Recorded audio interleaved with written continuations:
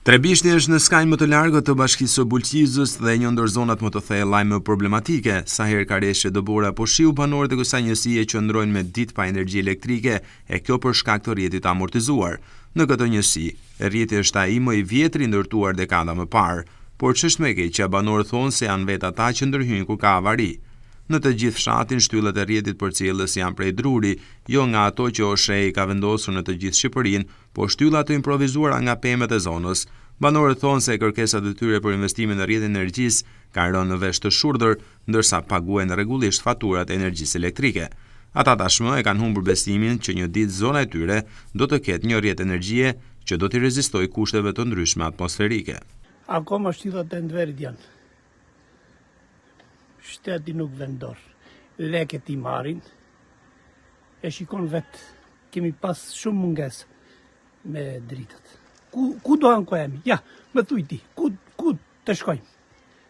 I shikon vetë, premtime pike e barë, unë nuk rri, do me dhanë, do me dhanë, diskutojnë, do bëjnë, kot, dërsa nuk shikojmë, ja, këto janë.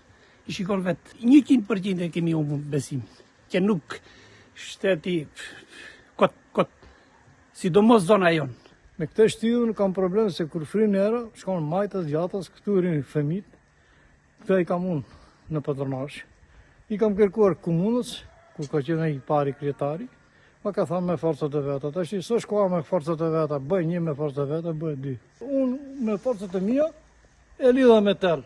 A shtur të shtishë, 2026 jemi, të ri me tela, shtyllat e lidhura. Ka probleme sa të dush ati.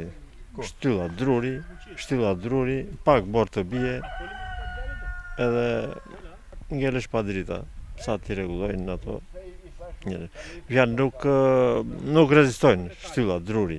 Tani ja kemi marrë dorën, premtimet janë sa të kalojnë votimet edhe harojnë pastaj problemet që ngrihen nga në përgjithësi nga populli.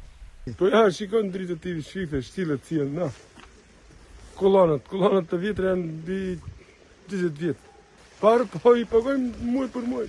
Investimi ja shiko hajtë. Nga ana tjetër, banorët shprehen se këto shtylla jo vetëm i lën pa energji sapo të fryjë erë, por rrezikojnë edhe jetën e tyre pasi mund të thyhen në çdo moment.